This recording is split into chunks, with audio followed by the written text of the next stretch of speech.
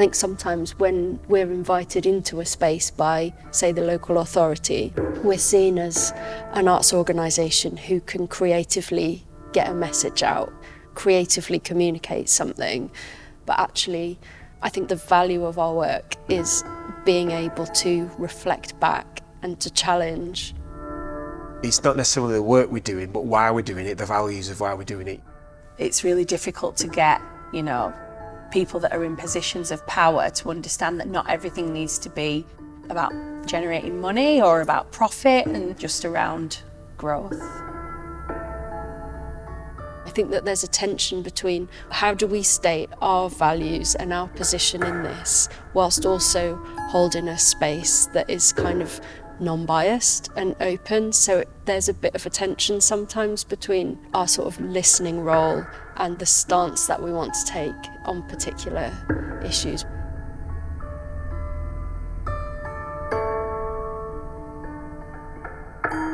We just work differently. We work completely differently. What drives me and what interests me is trying to talk through, but also model alternative ways of thinking and alternative ways of being within the world and challenging those structures. And I feel that is a really kind of core part of what drives a lot of the team within the work here.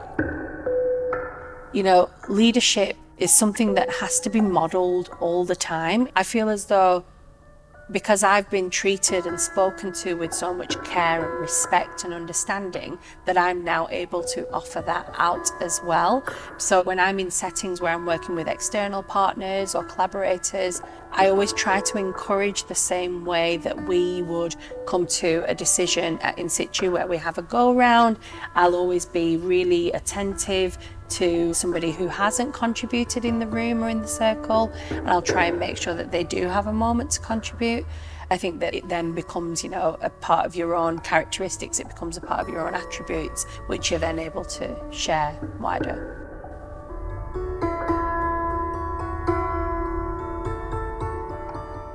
For me, what underpinned wanting to do or create what became In-Situ was about a commitment to a place, and for me this is where I'm from. For me, there's stepping into a place where I don't live and working in that community in different ways, particularly as a white male working in a South Asian community as well.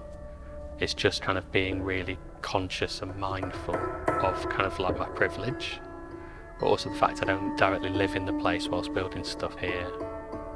That's about transparency and openness and conversation and making sure that I work alongside people who do live here. I'm a local mom, I've seen and experienced firsthand some of the challenges of living here, growing up here and now working here. There's a definite challenge around kind of capacity and switching off within that, and kind of being able to put in a structure that works for you as an individual, but also the programme of work and the people we're working with. I really don't even check whether I've got time to do this week, and I just get on with it because it feels that dear to my heart and that feels okay.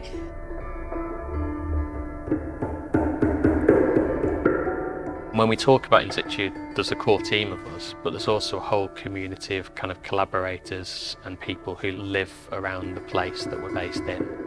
So part of that challenge is actually working across all of these structures as well.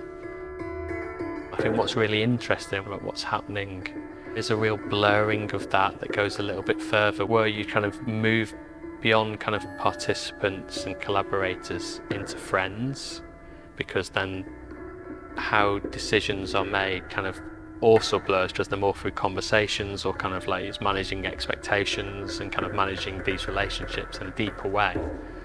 I think the interesting challenge in that is trying to set up kind of like a structure or model that can hold that. There's a lot of skills that are required for us as a team to be able to do that in a way that is really honest and safe and respectful. Recently, some of the things that I've found really challenging is some real negative stuff that exists, unfortunately, in our community, and that's around just females not empowering other females. You don't hear a lot in this area of women coming together and women leading the way. And we all talk about patriarchy, we all understand the system and the lack of autonomy and the lack of agency that women have. But unfortunately, there's just been some real negative conflict, some real negative competition between people. Particularly working further up kind of the ladder of power, where you're met by much more formal hierarchical structures, there is a real challenge for those two worlds to meet. But I think the fun challenge and the interesting part of the work within the role is trying to provide that space for kind of those different perspectives and those different ways of working. There's so much truth to be found in spending time listening to the voices of people who are not able to join with you in the way that you're kind of seeing things. We're thinking about what are the skills in communication or in navigating conflict that we need in order to put ourselves more into that space.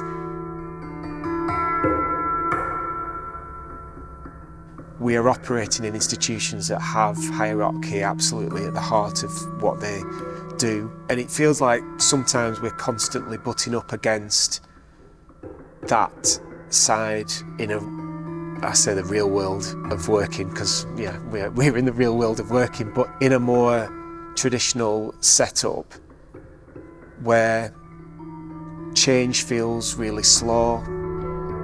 So I feel like some of the challenges that come with the work is working with people who don't have the same autonomy or agility as yourself.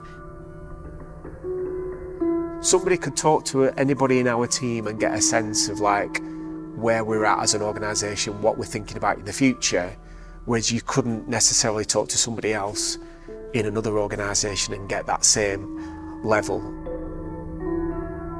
You can really notice the way that different people feel empowered to make decisions, or the way that certain people act as gatekeepers, or you might notice just the way that power is held differently, or how much does somebody know about the vision and the future thinking or the financial position of their organisation.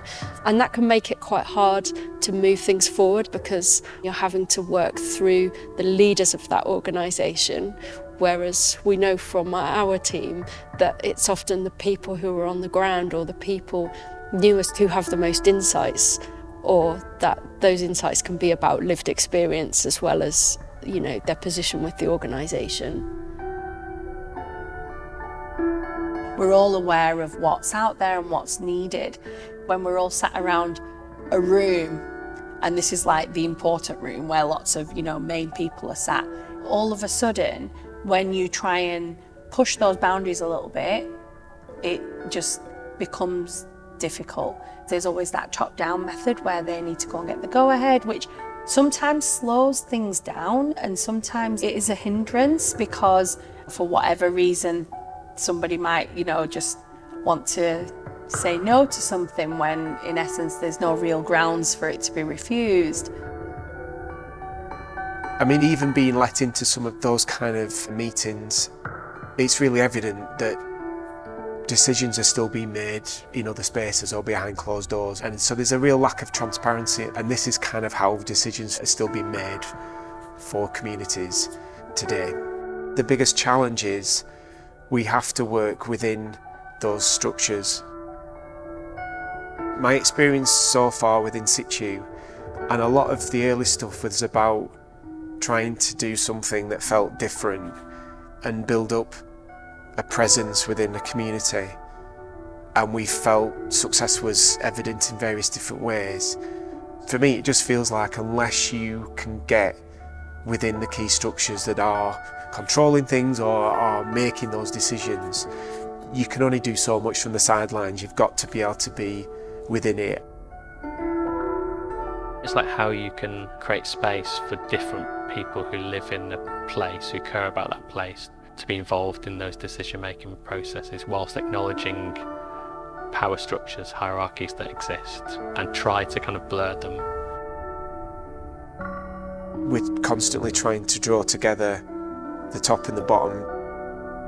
I think what we're really good at is bringing, that real ground level stuff to surface and really being able to talk about that. And I think that sometimes there's not that room in boardrooms to have that sort of discussion.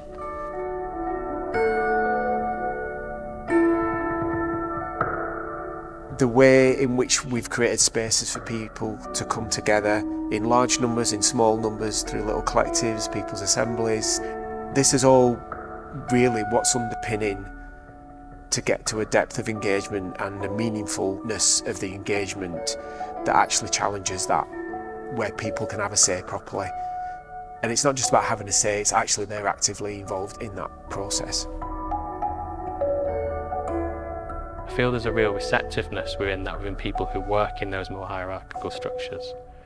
But often the way the structures are set up doesn't allow for the intentions that people have for the things they'd like to do to happen. And then frustration creeps in, or kind of like, not a lethargy, but a kind of a disillusionment.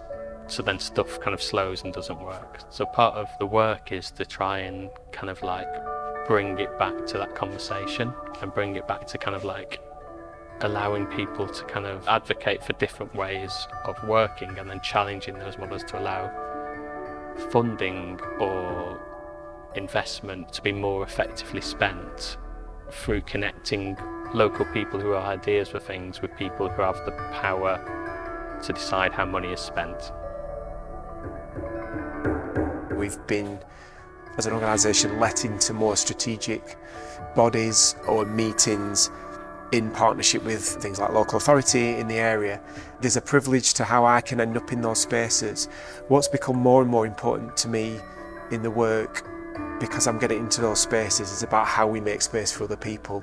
There's points where I have to step back to allow someone else in and almost argue that the reason to do that, to allow that to happen, but it's just getting the right people into that position, and that's something that more and more needs to happen that's part of it.